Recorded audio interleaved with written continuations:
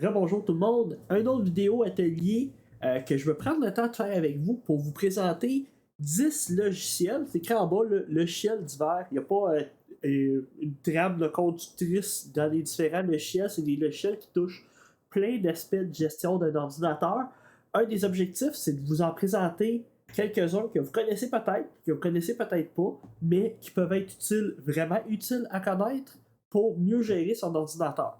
Je vous ai expliqué dans une vidéo, puis depuis le début du cours, qu'un système d'exploitation, ça permet de faire beaucoup de choses avec un ordinateur, mais parfois, on a besoin d'outils un petit peu plus spécialisés pour aller faire certaines tâches dans nos ordis, puis Windows n'a pas toute la panoplie d'outils pour pouvoir bien gérer un ordinateur. Parfois, il faut aller chercher des petits outils ici et là, autant pour améliorer notre productivité que pour améliorer l'utilisation et la gestion de notre ordinateur. Je vous en présente 10. La plupart des 10 s'installent avec le petit logiciel Patch My PC. Vous avez juste à faire une petite recherche dans la barre ici. Vous allez les trouver. Il y en a d'autres qui ne sont pas là. Donc, il va falloir aller les chercher. De toute manière, sur le site web du cours, j'ai mis des liens vers tous les logiciels que vous pouvez aller voir directement le site web et les installer aussi. Là, ça se fait quand même assez bien.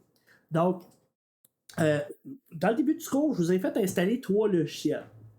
On se rappelle, Notepad++ pour gérer les fichiers texte, Greenshot pour gérer les captures d'écran, puis PZip pour gérer les fichiers compressés. Ça, c'est les 3 que je veux que vous maîtrisiez là, quand même assez bien, que vous soyez capable de vous servir de ces 3-là dans le cadre du cours et dans le cadre du restant du deck. Par contre, il y en a d'autres, et je vais y aller comme...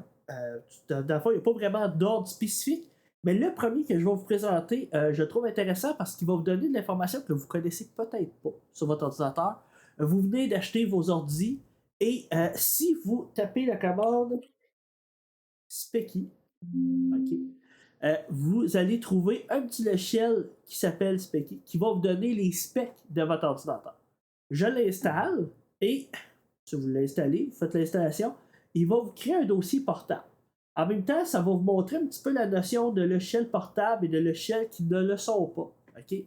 Il y a des logiciels dans la catégorie portable app ici, qui sont des logiciels qui n'ont pas besoin d'être installés pour fonctionner. Okay? Juste besoin de les télécharger sur votre bureau, d'exécuter le truc, puis ça va fonctionner.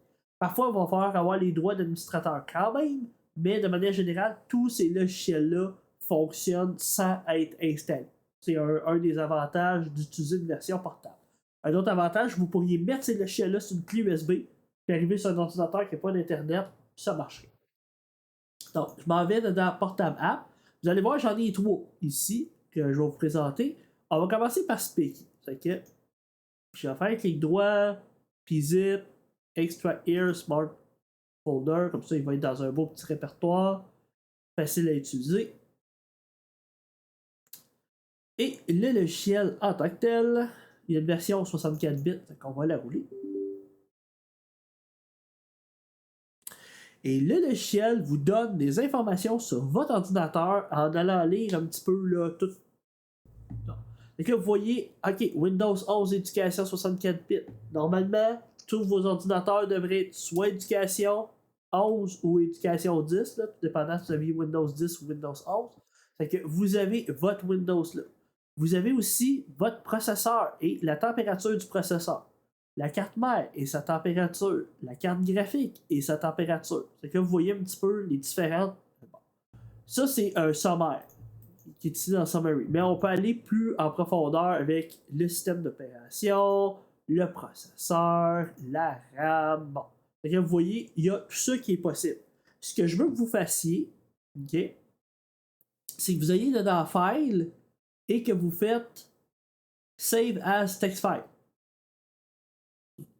Puis ça va vous donner vos specs. C'est que là, vos specs sur. Vous pouvez écrire votre nom. Là. Moi, je vais écrire J. Gilbert. OK. J'aime bien ce format-là. Là. Première lettre du prénom. Puis, tu sais, ben là, je pourrais tout le mettre en minuscule aussi. Là. OK. Fait que jgilbert.txt, je le mets sur mon bureau. OK. Et c'est les specs de mon ordinateur. Si je l'ouvre, vous allez voir un beau petit fichier texte avec des tabs qui me donnent toute l'information du PC. Je peux bien sûr faire un CTRL F là-dedans puis faire un petit peu de recherche. C'est la première chose que je veux que vous fassiez. Je veux que vous soyez capable de faire une exportation des specs de votre ordinateur, puis je veux que vous me le remettiez dans Atelier 05. Fait que ça, c'est une petite opération que je veux que tout le monde fasse. Puis prenez le temps d'aller regarder un petit peu les specs de votre ordinateur, les choses que vous ne connaîtriez pas. C'est quoi votre carte audio. Bon, bref, vous voyez, ça, c'est un super de bon outil qui vous donne des informations vraiment claires. C'est sûr que si vous faites la touche Windows X, vous allez dedans gestion de périphériques. Okay. Ici, c'est très semblable. Okay. L'information ici est très semblable. Mais c'est Windows qui la génère. Peut-être pas tout à fait user-friendly au niveau de l'affichage. Il y a beaucoup d'informations supplémentaires dedans Specky, donc ça reste quand même un utilitaire super intéressant. Donc, fin de la démo de Specky. On est rendu, ça c'est 4. Maintenant, un deuxième utilitaire, Revo Uninstaller. Un utilitaire qui est super important. Okay. Je vais l'ouvrir. Revo Uninstaller. Bon. Quand on désinstalle un logiciel, il y en a beaucoup qui m'ont posé la question, j'ai jamais fait ça, supprimer un logiciel. Ben, là, la manière Windows, hein, vous allez dedans votre outil de recherche, ajouter ou supprimer des programmes, vous cliquez là-dessus. Okay. Ça va vous montrer la liste des logiciels. Là, je veux juste annuler ça. J'ai bougé mon curseur de souris. Là. Il fait le petit effet. Okay. Donc là, vous voyez, ça, c'est tous les logiciels que j'ai installés sur mon ordi. Ouais, c'était ici. OK. Et là, je peux les désinstaller avec Windows. Sauf que quand on désinstalle le logiciel avec Windows, le désavantage, c'est que Windows, oui, il supprime de notre ordinateur, mais il laisse des traces. Okay. Qu'est-ce qu'il va laisser comme trace? Il va laisser des choses dedans la base de registre. Je vais parler un petit peu de la base de registre au dernier cours puis au cours là. Mais il laisse aussi des fichiers un petit peu partout dans votre ordinateur, dans les dossiers temporaires. Il laisse des fichiers. Donc, si, exemple, je voulais supprimer MSI Afterburner avec Revo Uninstaller, je vais faire désinstaller. Faire une petite démo pour que vous voyez un petit peu l'outil là. Installer.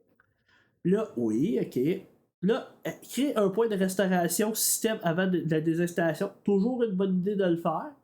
Comme ça, s'il y a quoi qui a accroché, ben, on peut y revenir. Je vais le faire. On va laisser le temps de créer le point de restauration système. Et après ça, on va voir ce que l'outil va faire. Finalement, le point de restauration, il était quand même assez facile à faire. Bon, sélectionner un langage français, ça c'est correct. Bon. Et là, il va nous demander de désinstaller. On désinstalle. Là, est-ce que tu veux garder ton profil? Oui, non. Là, je vais dire non, je ne veux pas le garder. Il va supprimer les choses. Ça, c'est la désinstallation assez standard de Windows. Là, je vais faire fermer. Mais ensuite, okay, l'utilitaire de Revo va nous demander est-ce que vous voulez faire un petit ménage sur, modéré ou avancé? Si vous faites sûr, ça peut être long. Moi, j'aime bien utiliser modéré, puis je vais faire scan. Lui, ce qu'il fait, c'est qu'il passe au travers de votre ordinateur. Il vérifie, y a-t-il des fichiers temporaires, y a-t-il des clés de registre qui n'ont pas été supprimées, y a-t-il des affaires que ça serait bien de supprimer? Ah ben oui, il y en a trouvé. OK? C'est qu'il a trouvé des éléments de registre. Donc, si je veux, pour me sauver du temps, je clique sur le premier en haut, ça va cocher tout ça en bas. Okay. Puis il n'y en a pas d'autres. Donc là, à partir de là, je fais supprimer. Okay. Puis ça va le supprimer de la base de registre. Maintenant, il y a des fichiers temporaires qui restent aussi. On les supprime. Et voilà. Ce qui fait qu'un système d'exploitation s'alourdit, c'est que généralement, on installe plein d'applications, on installe plein d'affaires, mais il reste plein de choses dans le système, même si on désinstalle. Donc, Revo Uninstaller fait quand même un super de bon travail pour ça. Le shell assez simple à utiliser, puis il permet vraiment de désinstaller en profondeur les logiciels, pas juste de balayer sur le tapis les trucs. C'est que très très bon logiciel que je vous conseille d'utiliser. Maintenant, troisième logiciel. Le troisième, maintenant, ok. Petit logiciel quand même très intéressant aussi. Vous avez effacé quelque chose dans votre corbeille et vous voulez le récupérer. J'en ai parlé un petit peu dans certains cours. Quand on supprime un fichier, il n'est pas totalement supprimé d'un ordi. Si je m'en viens ici, puis je m'en viens dedans l'outil. Ah, c'est vrai, c'est un portable app aussi. Je vais revenir ici. C'est que le logiciel s'appelle Rekuva. Puis zip, Smart New Folder.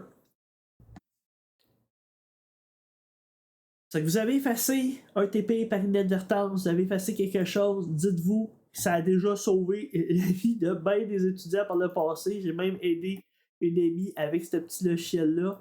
Donc, petit logiciel qui vous permet de récupérer des fichiers effacés sur votre ordi.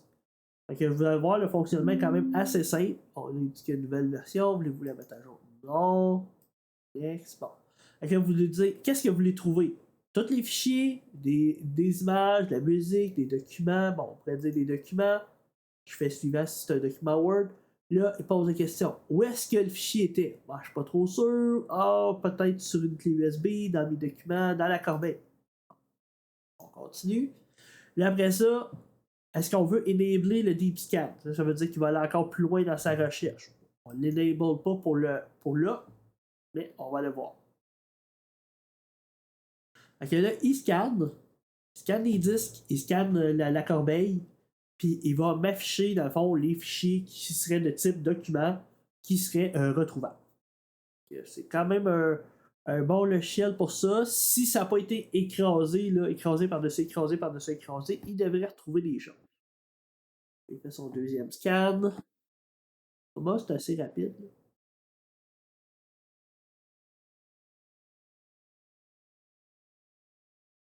Scan.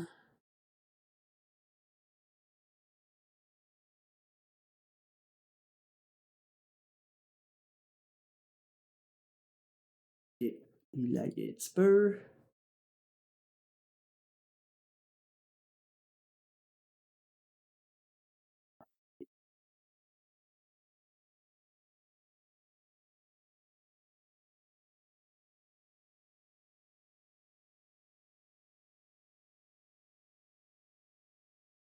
Bon. Le scan de fichiers est épouvantablement long. Donc on va le laisser rouler. Quand on fait de la recherche de fichiers perdus, c'est souvent long. Je pensais avoir fait un scan rapide de juste la corbeille, mais là, il semble définitivement vouloir trouver du stock. Donc là, j'ai peut-être pas été assez précis là, dans ce que je cherchais, là, mais on va le laisser rouler. On va voir qu'est-ce qu'il va trouver là, par la suite. Mais Rikuva, bon logiciel pour retrouver des données supprimées de votre ordinateur. Allez tester si vous en avez besoin. Bon. Quatrième logiciel que vous m'avez peut-être vu faire des démonstrations. OK? Je vous montre quand même rapidement ce qu'il permet de faire. J'ai l'ordinateur de ma copine activé à côté.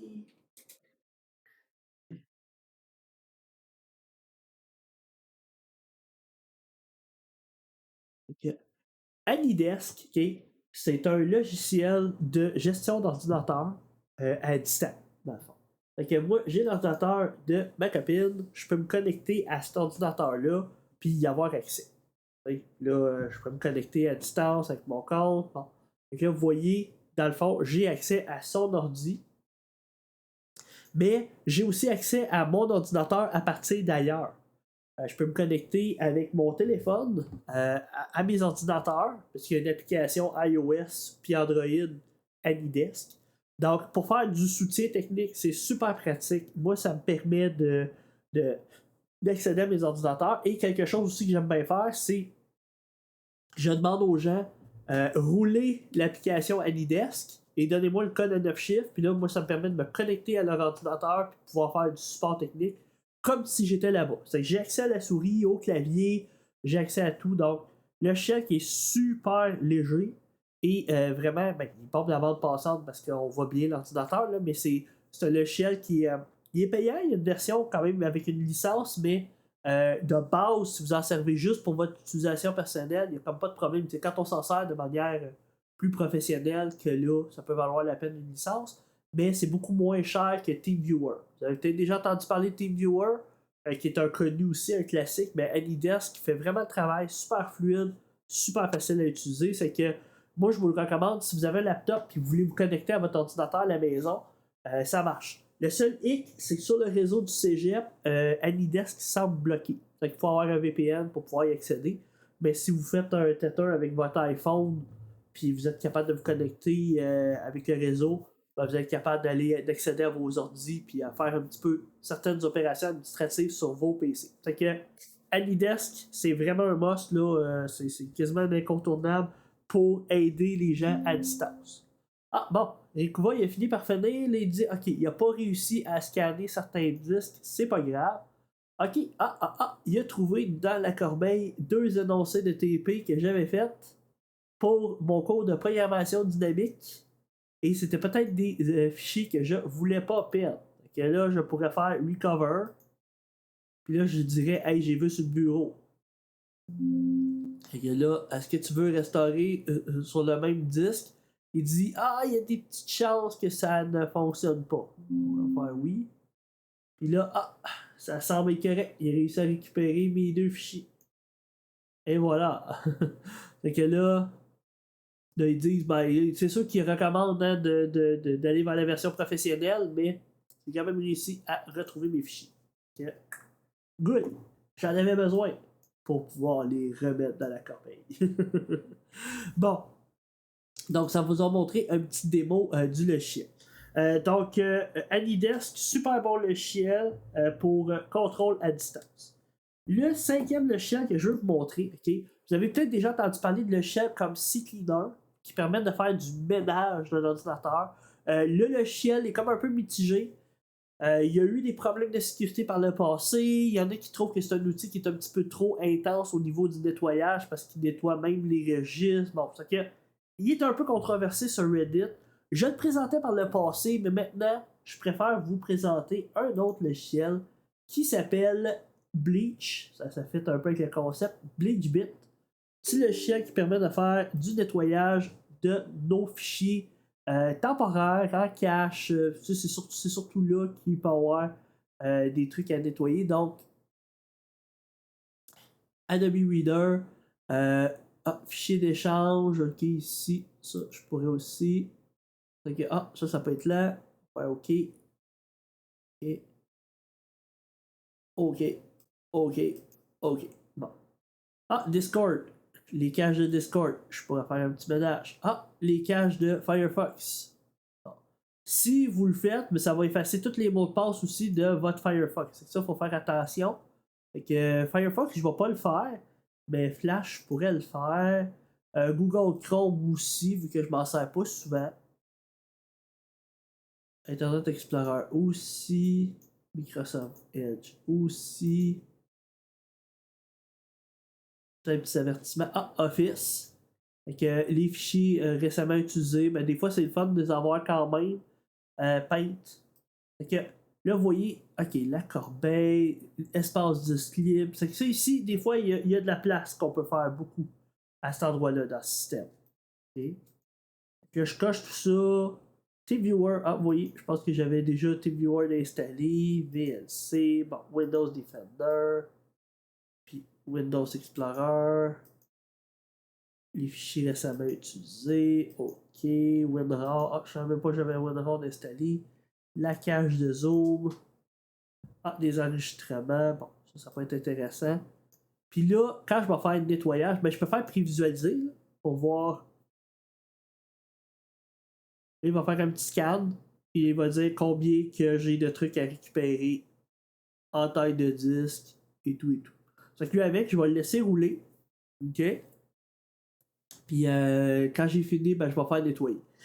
L'avantage de nettoyer la cache puis de tous ces petits fichiers-là, c'est comme je vous disais tantôt, plus qu'on utilise ce système d'exploitation, plus il s'alourdit avec le temps.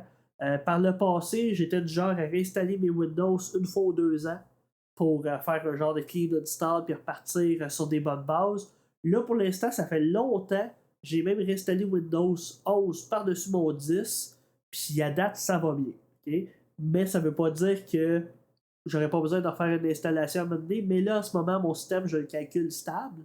Mais bon, je fais du nettoyage comme ça une fois de temps en temps aussi. Fait que un petit nettoyage d'ordinateur, ça fait pas de mal. Nettoyer ses caches, nettoyer tous les fichiers temporaires, c'est pas de mauvaise chose à faire. Je vous dirais, pas obligé d'être un maniaque de faire ça toutes les semaines. Peut-être de le faire aux 6 mois, aux ans, c'est pas de mauvaise pratique. Que je laisse finir de rouler. Donc, BleachBit, un bon petit logiciel qui est gratuit aussi, qui s'installe avec PC TuneUp, le logiciel que je vous ai présenté. Ça, pas besoin de vous montrer plus que ça. Sixième logiciel, ok, un logiciel que je veux vous parler. Je ne ferai pas une grande démonstration, mais je veux vous montrer que ça existe. Ok? Le logiciel s'appelle Sandboxy. Puis là, une petite introduction, on va vous expliquer à quoi ça sert. Bon, lazy, ok, il y a des petits trucs qu'on peut tester. Bon. Ouais, ok, appliquer. Bon. Sandboxy, dans le fond, qu'est-ce que c'est concrètement? Je vous ai parlé, je vous ai présenté là, qu'on pouvait avoir une machine virtuelle puis faire des essais dans cette machine virtuelle-là. Ben, il y a un autre concept qui s'appelle des sandbox en informatique.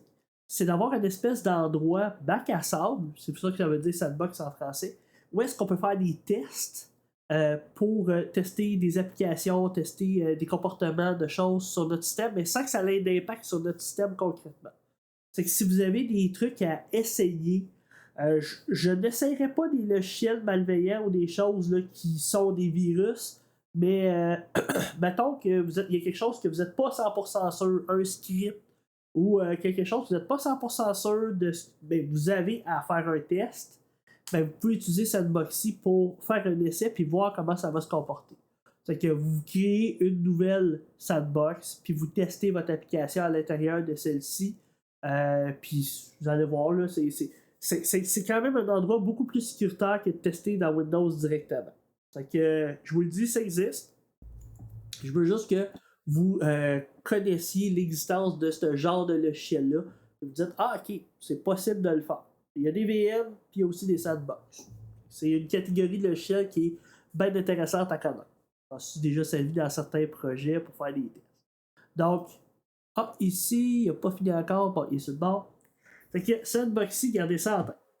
Le septième logiciel, on peut faire beaucoup de choses avec Windows pour la configuration, mais Windows a sorti un petit logiciel qui s'appelle PowerToys. Ça fait longtemps que je connais ce genre de logiciel-là, puis j'ai tout le temps trouvé ça le fun à utiliser.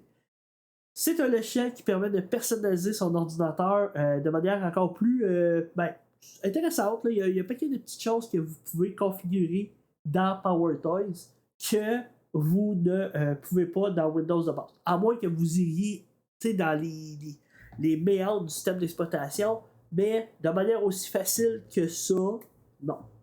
Fait que dans le fond, il y a plein de. On dit des Power Toys, mais c'est des genres de jouets pour Power User. Okay? Fait qu'il y a plein de choses que vous pouvez activer dans Windows que généralement on ne connaît pas. C'est que c'est vraiment exploré. Okay? C'est vraiment explorer, dans le fond, comment que le Power Toys fonctionne, parce qu'il y a beaucoup de choses, mais regardez, mettons, utilitaire de souris. Okay. C'est ce qui est arrivé tantôt, je l'avais activé. Okay. Si je bouge ma souris comme ça fait comme apparaître une espèce de halo, puis là, ça disparaît quand je lâche ma souris. C'est un Power Toys. Activer le surlignage de souris. Le surlignage de souris, il est activé si je fais la touche Windows, Shift et H. Là, je ne sais pas pourquoi il ne fonctionne pas. Ouais, Windows, Shift, H.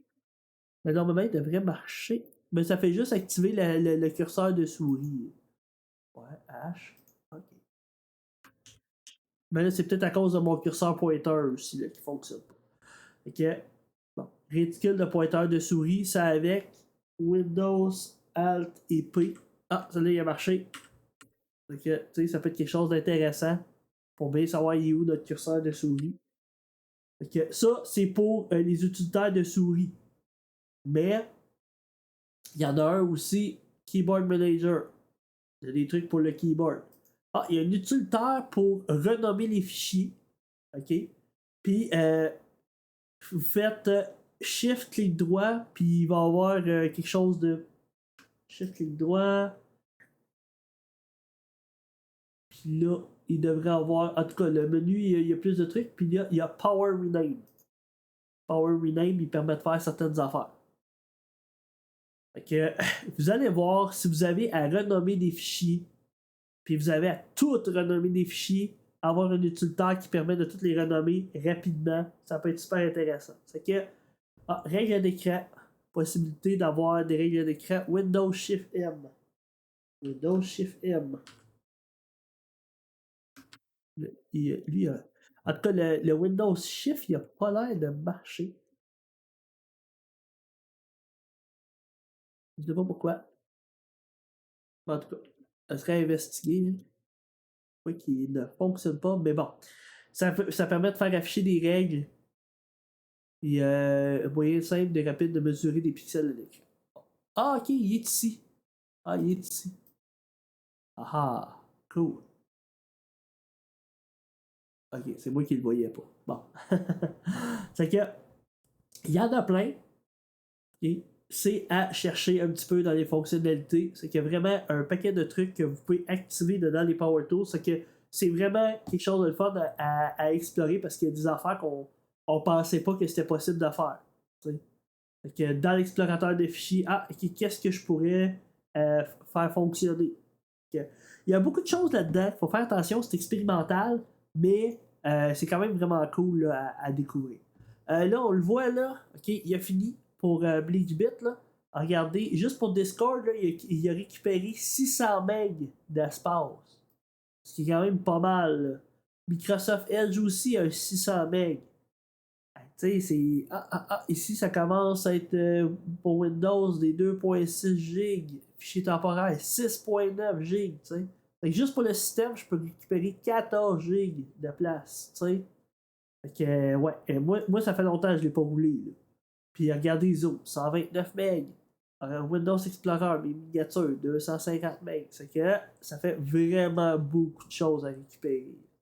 Fait que, Discord, ouais, ça je voulais le. Ah, allez le faire le petit nettoyage. Fait que voulez-vous vraiment supprimer définitivement? Oui. Là, je vais le rouler. Bon. Fait que pendant que le ménage se fait, ça va être fait. Je vais récupérer de la place. C'est que Power Toys, super cool à utiliser. C'est fait par Microsoft, mais comme je vous dis, ça peut être expérimental. Huitième utilitaire, qu'il y en a certains qui vont peut-être trouver intéressant, c'est un logiciel de recherche dans son ordinateur. Ça s'appelle Everything.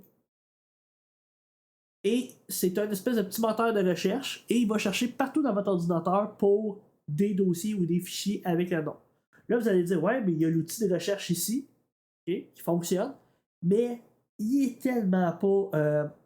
Il fait de la recherche aussi sur Bing, qui est le moteur de recherche. Euh, oui, dans le navigateur ici, okay, il y a un outil de recherche. Voyons, je l'ai ici, là. De ton dans l'autre. Oui, on peut faire de la recherche ici. Mais c'est pas rapide, c'est pas optimal, ça cherche pas toujours partout. C'est que ici, ça cherche partout et je cherche d'autres. Là, il va chercher dedans un fichier D. Je pense que c'est comme par là que. Bon, là, il a peut-être pas fini de tout indexer mon ordinateur parce que ça fait pas longtemps que je l'ai installé. Mais généralement, là.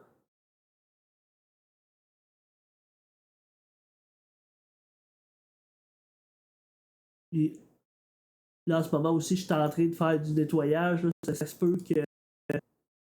Il... Ok, tri des noms de fichiers, c'est ça. Il est encore en train de faire l'indexation.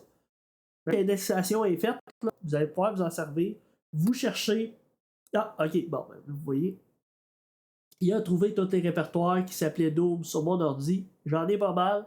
Puis là, ok, moi j'ai Brutal Dome d'installer dans mes jeux. Bon, ben, je pourrais aller le chercher. Fait que. Bon, il a quand même fait ça vite. Là, j'ai Brutal 12. Fait que, petit utilitaire de recherche de fichiers. Si vous connaissez le nom du fichier que vous cherchez, il va le trouver quand même assez rapidement. Vous voyez, là, il y avait un petit peu d'indexation à faire, là, mais ça s'est quand même fait assez rapidement. C'est Everything, le logiciel qui est vraiment supérieur à la recherche de Windows pour trouver des fichiers dans son ordi. C'est vraiment un must. Là, beaucoup de professionnels se servent de ce logiciel. Maintenant, 9e logiciel sur 10, logiciel que vous m'avez sûrement déjà vu utiliser dans certaines de mes vidéos. Je vais ouvrir un petit notepad et je vais écrire un commercial de commercial. Ce que ça fait, ben, ça écrit mon adresse de courriel. Si je fais $$, ça écrit mon adresse du cégep. Si j'écris Annie, ça va écrire mon truc de AnyDesk. Si j'écris place, ça écrit ça. Si j'écris HTML, ça écrit un petit snippet de HTML. Bon. Ces snippets-là, c'est moi qui les a créés dans un logiciel qui s'appelle BeefText. Moi, je l'ai là, je ne sais pas si vous le voyez. Ah oui, ben vous le voyez ici, là. Il est en bas à droite dans mes logiciels de ma barre de tâches. Il est toujours ouvert. Si je l'ouvre, petit logiciel, là, tu voyez, j'en avais fait un pour du web, puis un pour Coach Techno que je me sers. Okay? Ah, vous voyez, j'avais même un truc pour Valheim qui était l'adresse IP de mon serveur. Okay. J'en ai pas tant que ça, parce qu'à un moment donné, j'ai fait le ménage dedans cet été, puis j'ai effacé tout ceux que je me servais moins. Mais, vous allez constamment avoir à répéter, à écrire du texte. Puis je vous l'ai dit, dans le cadre du cours, c'est quelque chose que je veux vous apprendre, c'est à être un petit peu paresseux. Donc, BeefText, c'est un logiciel qui va écrire du texte. Dans le fond, c'est des raccourcis que vous faites. Fait que si je m'en viens dans Coach Techno, puis je fais un nouveau, et j'écris test, ok, puis quand j'écris slash, point d'exclamation test, essayez de prendre des affaires que vous écrivez pas normalement. Point d'exclamation test, là, ben, vous écrivez pas ça normalement, mais si vous faites allô, ouais, et vous allez voir qu'il va générer souvent. Là, le snippet, ça pourrait être LOL. Okay? Donc, quand je vais écrire point d'exclamation test, ça va écrire LOL. Puis là, sensible à la case, là, je peux dire le mode de déclenchement, je peux dire moi je le laisse tout le temps à défaut strict. Là. Puis je le mets dedans Coach Techno. Vous pouvez faire des groupes. Vous pourriez faire des groupes pour les cours que vous avez. Donc là, on fait OK. Là maintenant, si j'écris test, on va écrire LOL. Là, vous voyez, je vais faire des fautes. Là. Mais bon, vous comprenez un peu l'idée. Faites-vous des raccourcis pour les choses que vous faites le plus souvent. Des fonctions en C#. Vous avez comme une manière d'écrire une fonction. Un main que vous refaites tout le temps. Le HTML que vous faites tout le temps dans le cadre du cours de prog web. À la minute que vous écrivez souvent quelque chose, là, vous êtes tout le temps en train d'écrire ça, BeefText devrait venir en tête, puis vous devriez utiliser ce genre de logiciel-là. Fait que vraiment, moi, ça a changé ma vie. Juste pour les adresses de courriel là, qu'on est tout le temps en train de taper, là, c'est vraiment cool. Fait que vraiment, un bon petit logiciel à avoir, c'est gratuit, c'est facile à installer, puis moi, je vous le recommande. Fait que ça, c'était mon 9e. Et mon 10e, et non le moindre, OK?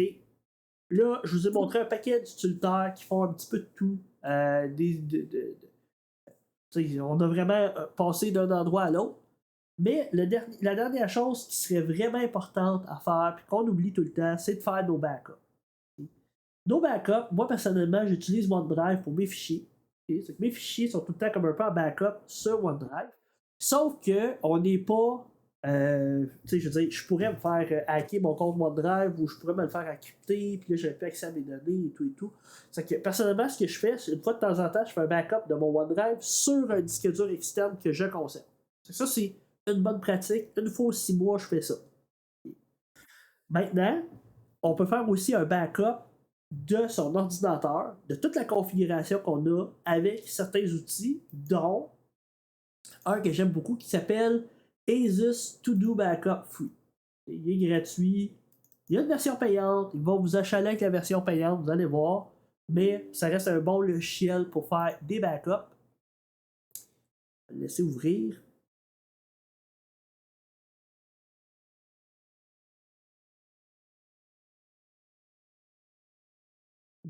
Mais. Si je fermer. Il est encore en train de nettoyer. Là, c'est peut-être ça aussi. Là. Il nettoie, puis. Ok, bon. Là, fait que, comme je vous disais, ils vont nous achaler avec la mise à niveau. OK. Fait que là, vous faites créer une sauvegarde. Je ne ferai pas de tutoriel au complet d'utilisation du logiciel, là, mais vous pouvez faire une nouvelle sauvegarde. Vous dites, est-ce que je veux mon disque, mon OS? Moi, j'aime bien faire un clean-up, ben, un backup du disque au complet. Je dis mon C, système, OK. Puis après ça, je dis où est-ce que je le veux. Fait que là, je pourrais, dans mes jeux, avoir un backup. Ben, j'ai un disque dur externe que je pourrais aller mettre dessus. OK? Là, vous faites les étapes pour faire le backup. La dernière chose qui reste à faire, c'est que si votre système crash, mais là, comment vous faites pour aller chercher votre backup?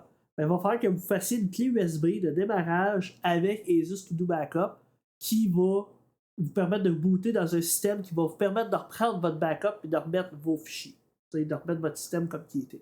C'est que ça, là, cette étape-là, dans l'atelier, moi, c'est juste vous présenter l'outil. OK? Je veux vous le regarder tout le kit. Ma recommandation personnelle, là, faites-vous un backup dans le temps des fêtes. Dans le temps des fêtes, là, prenez le temps de regarder cet outil-là. Commencez une nouvelle session avec un backup frais de votre ordinateur. Avec, faites un petit ménage, puis après ça, vous faites un backup. Mon cas va venir vous voir. Pour conclure le cours, n'oubliez pas de toujours faire une sauvegarde. Hein, mon gars? Tu fais-tu toujours tes sauvegardes? Tu fais-tu toujours tes backups, toi? Hein? Ouais? Tout le temps. Tu fais ça tout le temps à jour, tes backups. Bon, c'est que dans le fond, faites-le encore une fois aux 6 mois, une fois par année. Ça se fait bien. Puis, hein? Qu'est-ce qui se passe avec toi? Puis, dans le fond, là, vous n'êtes pas obligé de le faire pendant le cours, là. Mais je vous recommande de le faire. Donc, écoutez, ça m'est pas mal fait la vidéo. Je pensais me rendre à 30 minutes. Là, je suis rendu à 35. C'est que j'ai comme dépassé un petit peu ce que je visais.